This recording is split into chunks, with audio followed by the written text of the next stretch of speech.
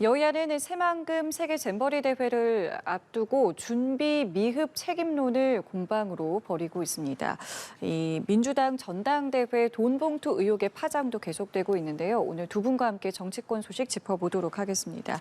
송태영 전 여의도 연구원 부원장, 김홍국 전 경기도 대변인 나오셨습니다. 두 분 안녕하십니까? 안녕하세요. 안녕하십니까? 예. 이 중단 위기를 맞았던 잼버리가 일단은 안정을 좀 찾아가고 있는 모습입니다. 정부가 총력 대응에 나섰고 많은 부분에서 좀 개선이 이루어지면서 어제 대표단이 회의를 했는데 일단은 대다수의 참가국들이 끝까지 일정을 소화하겠다라고 했다고 합니다. 현재 상황 좀 어떻게 보고 계십니까? 네, 우선 빠르게 현장이 안정화되고 있다는 보도가 잇따르고 있어서 다행이고요. 아까 그 앵커께서 말씀하셨듯이 이번 대회를 계속 진행하느냐 아니면 중단하느냐 또 축소하느냐 이러한 위기 상황에 복착했었는데 각국 대표단이 긴 회의를 거쳐서 계속해서 진행해서 8월 12일 폐막식까지 정상 운영하겠다고 이렇게 결정했기 때문에 퍽 다행이라고 생각을 합니다. 그래서 지금 초기에 많은 점수를 실점했지만 앞으로 일주일 정도가 더 남아있기 때문에 남은 기간 최선을 다한다면 유종의 미를 잘 거둘 수 있을 것이다 생각하고요. 또 이번 그 대회를 통해서 앞으로 남은 기간을 제대로 잘해서 세계에서 참석한 젊은 스카우트들이 대한민국의 매력과 저력을 느끼고 좋은 추억을 가지고 돌아갈 수 있으면 좋겠다 하는 생각이고요. 또 그것이 가능하다고 생각하는 것은 윤석열 대통령께서 직접 챙기고 계시고 또 현장에 한덕수 총리를 포함해서 관계기관 장관들이 상주하면서 체크하고 있고 그래서 범정부적인 지원을 입체적이고 총체적으로 하고 있고 민간 기업까지도 여기에 지원을 아끼지 않기 때문에 그러한 성공적인 유종의 미, 또 더 나아가서 성공적인 개최도 가능할 것이다 이렇게 생각되고요. 또 국민의 한 사람으로서 응원하고 싶습니다. 예, 말씀하신 것처럼 휴가 중인 윤 대통령을 비롯해서 뭐 사실상 전 부처가 지금 달려들어서 수습을 하고 있는 모습인데 지금 상황 좀 어떻게 보고 계십니까? 네, 안타깝습니다. 왜냐하면 전 세계 청소년들의 축제 아니겠습니까? 전 세계 중고등학교 학생들이 영국에서는 한 학생 같은 경우는 우리 돈으로 85만 원 정도. 850만 원. 85만 원을 제가 받습니다. 개인으로요. 그렇게 해서 이제 저희 참가비를 지출하고 참석을 했는데 개인에게는 굉장히 우리 돈으로 그렇거든요. 달러는 이제 또 다른 액수가 되겠죠. 그래서 이제 이렇게 꿈을 안고 출발을 했었는데 대축제가 돼야 되는데 대재앙이 되어버렸다. 1,000명이 넘는 온열 환자 그리고 최근에 코로나 지금 뭐 60명 정도가 뭐 코로나 감염됐다고 하고요. 또 성범죄 논란까지 나왔습니다. 작년 10월달에 여가부 국정감사장에서 분명하게 폭우, 폭염 그리고 먼지 대책 수많은 대책에 대해서 질의를 했었습니다. 거기에 대해서 주무부처인 여가부 장관, 이번에 이제 공동조직위원장이죠. 다 대책 세우고 하겠다고 했는데 사실상 아무런 준비도 없었다. 그 전라북도 관계자들 얘기를 들어보니까요. 하려고 해도 조직위와 여기서 다 막고 제방이라든가 주변 일만 시키고 사실은 아무 일을 못하게 했다는 거예요. 그러면 책임지고 있어야 됐는데 이 전 세계 청소년들 지금 이 영국이라든가 외국에는 수많은 그 제보를 받고 있는 사이트가 나오는데요. 거기서 너무 고통스럽다는 그런 반응들이 많았었습니다. 이제는 상황 어쩔 수가 없습니다. 소를 잃고 외양간이라도 고쳐야 됩니다. 외양간도 못 고치면 바보가 됩니다. 일본 산케에 있는 한국이 국제적인 대망신을 당했다. 그리고 영국의 언론들은 한국의 대외 홍보 협력이 좌절됐다라고 하면서 그동안 이 86 아시안게임, 88 올림픽, 2002년 월드컵까지 한국이 쌓아왔던 그 수많은 외교적인 노력들, 국제적인 그 명성들이 완전히 망신을 당하게 됐습니다.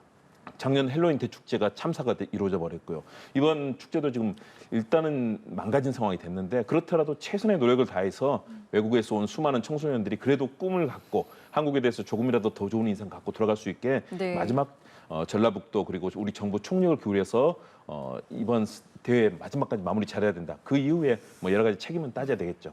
뭐 말씀하신 것처럼 4만 명이 넘는 참가자가 참여를 하고 있기 때문에 일단은 대회를 참 잘 마무리해야겠다라는 생각에는 두 분이 공감을 하셨는데 문제는 지금부터 근데 이 책임을 누가 가져야 하는 것인가, 누구 때문인가, 내탁 공방이 벌써부터 좀 벌어지고 있는 것 같아서요. 이 부분 좀 어떻게 보고 계십니까? 우선 내 탓을 하면서 하는 것은 좀 바람직하지 않다고 생각합니다. 왜냐하면 집안에 손님을 초청해 놓고서 집안 싸움하는 꼴이 되기 때문에 아주 바람직하지 않은 모습인데 저는 우선 그 지금 현장이 지금 정상화되고 있기 때문에 네. 지금 현장에서 이탈한 영국이나 미국의 그 스카우트들도 네. 가급적이면 다시 복귀를 해서 정상적으로 마무리했으면 좋겠다 하는 바람을 말씀드리고 싶고요. 예. 굳이 이것을 또 책임 공방을 이렇게 하는 것은 바람직하지 않지만 굳이 따진다면 이게 2017년 8월 달에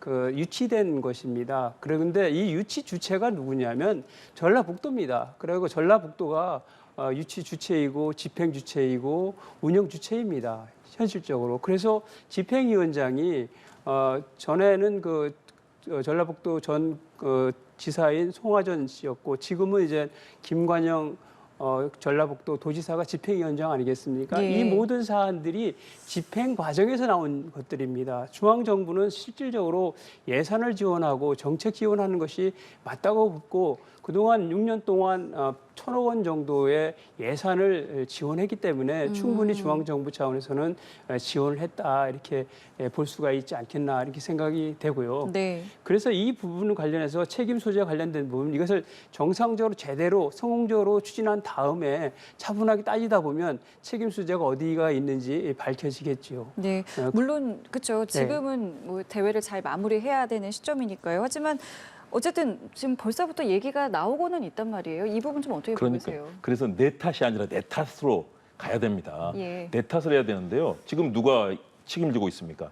작년에 집권을 하지 않았습니까? 그리고 1년 반 동안 지금 준비 기간이 있었습니다. 그리고 조직위원회는 3명의 장관이 들어가 있습니다. 행안부 장관이 들어가 있고 문체부 장관이 들어가 있고 여가부가 지금 주무부처로서 지금 스카우트 연맹하고 모든 일을 다 거기서 하고 있습니다. 네.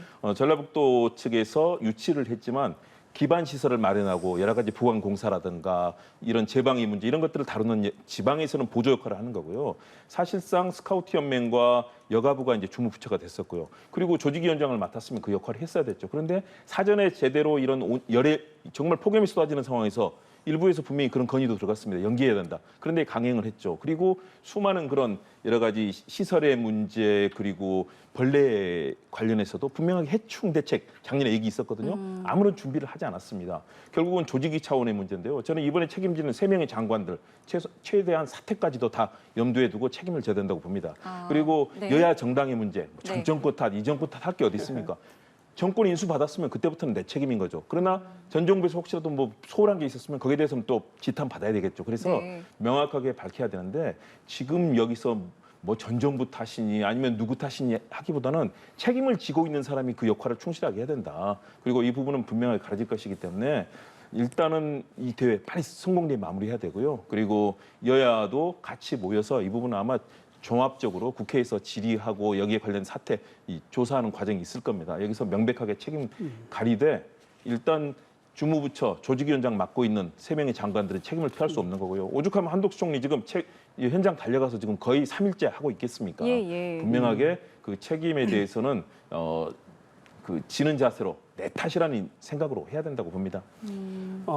제가 좀 말씀을 좀 보태야 될 것 같습니다. 예, 말씀하시죠. 지금 책임 소재를 자꾸 중앙정부 차원 또 윤석열 정부 차원으로 계속 전가를 하고 있는데 분명히 아까 말씀드린 대로 이 이 유치하고 준비하고 운영하는 것은 집행위원장을 맡고 있는 전라북도입니다. 전라북도가 유치한 것이고 그래서 책임과 권한이 상당히 있고 중앙정부는 지원하는 체제였다 하는 부분을 다시 한번 말씀을 드리고요. 그래서 조직위원회 위원장이 공동위원장이 여가부 장관하고 그 김윤덕 민주당 국회의원이었습니다. 그리고 지금 말씀하시는 행안부 장관이나 문체부 장관 얘기하는 부분은 그 부분은 최근 올해 2월 달에 지원을 위해서 가세한 것이지 실질적인 준비는 지난 6년간 전라북도에서 집행을 했기 때문에 이 부분에 대한 책임을 면치 못할 것이다. 다시 말씀드리면 이 부분은 집행 과정에서 계속 문제가 되는 것이지 모기가 오고 해충이 오고 뭐 도로 관계에 관련된 부분이 이런 것들을 갖다가 중앙정부가 잘못했다 이렇게 얘기하는 것은 맞지 않다. 극히 집행에 관련된 부분이다. 운영에 관련된 부분이다. 이렇게 말씀을 드리고 싶습니다. 일단 뭐 추후에 나올 수 있는 부분이기 때문에요. 이 얘기는 뭐 근데 그때 자꾸 가서 내 탓으로 얘기하시니까 제가 한마디만 붙이면요. 짧게 지금 보도들이 부탁드리겠습니다. 속속 나오고 있어요. 전라북도 공무원들 있잖아요. 네. 수백 명 전부 지금 이 화장실 청소하고 모든 일에 동원되고 있는데 실제 중요한 일에는 접근도 할 수 없게 모든 권한이 돼 있습니다. 그렇기 때문에 그 권한을 가진 책임을 지는 것이고요. 지방정부에 지금 고생하고 있는 공무원들 지금 모든 일을 다 어려운 허된 일 다 도맡아서 하고 있습니다. 이분들에게 더 고통을 전가하는 그런 얘기는 맞지 않다고 봅니다. 예, 알겠습니다. 지금 뭐 전 부처가 모두 지금 상황을 수습하고 있는 상황이니까 모쪼록 잘 마무리가 될 수 있도록 바라보겠고요. 민주당 돈봉투 의혹과 관련해서 윤관석 의원이 이제 구속이 됐습니다. 이성만 의원의 구속영장은 기각이 됐고요. 근데 일단 지금 상황에서 법정에서 이 돈봉투를 받은 것으로 정황이 있는 19명의 명단이 공개가 됐습니다. 그렇기 때문에 앞으로 뭐 일단 이 파장이 좀 어디까지 번지게 될지 일단 거론된 의원들의 대부분은 강하게 좀 부인을 하고 있는 상황이긴 하거든요. 네네. 어떻게 좀 보셨습니까? 지금 저 검찰에서 2021년도 민주당 전당대회에서 송영길 대표 후보 캠프에서 조직적인 돈살포를 했다는 것이죠. 그래서 이 300만 원짜리 봉투를 20명 국회의원들한테 돌렸는데 이것이 이제 검찰이 지금 윤관석 의원하고 이성만 의원의 영장 실질심사 과정에서 법정에서 공개가 됐다는 거 아닙니까? 그래서 19명의 그 혐의자 국회의원들이 특정된 상황인데 이것은 다시 말하면 검찰이 이것을 특정해서 공개했다는 것은 그만큼 증거와 증인 확보가 되어 있다 한 자신감의 표현이라고 볼 수가 있고요. 특별히 또 이정근 전 사무부총장이나 강내구 전 수사원 공사 감사 그리고 박모 송영길 대표 보좌관 이런 분들이 지금 구속되어 있는 상황인데 이분들이 적극적으로 아마도 수사에 협조를 하고 있지 않나 생각이 됩니다. 그렇기 때문에 19명이 이렇게 특정할 수 있는 것이 아닌가 하는 생각되고요. 이러한 그 이미 확보된 압수수색이나 CCTV 압수수색 통해서 확보된 증거나 또 증인에 의한 증언 이런 것을 감안할 때 충분히 범죄 혐의를 소명할 수 있는 것이다 이렇게 판단했던 것 같고요. 여기에 윤관석 의원이 구속이 됐죠. 그 윤관석 의원이 그 실체적인 진실을 이야기한다면 그 완성도, 소명의 완성도가 높아지지 않겠나 하는 생각되고요. 또 하나는 이렇게 그 검찰이 사전에 법정에서 의원들을 19명 특정해서 발표한 것은 그만큼 윤관석 의원이 진술을 하는데 실질적 진술을 하는데 부담을 덜 가질 수 있도록 테러를 만들어준 게 아닌가 이렇게 생각을 합니다. 검찰의 또 이게 문제는 이게 민주당 전당대회에서 민주당의 도덕성과 어떤 그 존립의 문제와 관련되기 때문에 이게 민주당이나 이재명 후보의 도덕성이나 정통성에도 문제가 돼갖고 거기로 불길이 올라갈 가능성이 높습니다. 왜냐하면 지난번 2021년도 전당대회에서 근소한 채 0.59% 차이로 다 대표 당선이 바뀌었습니다.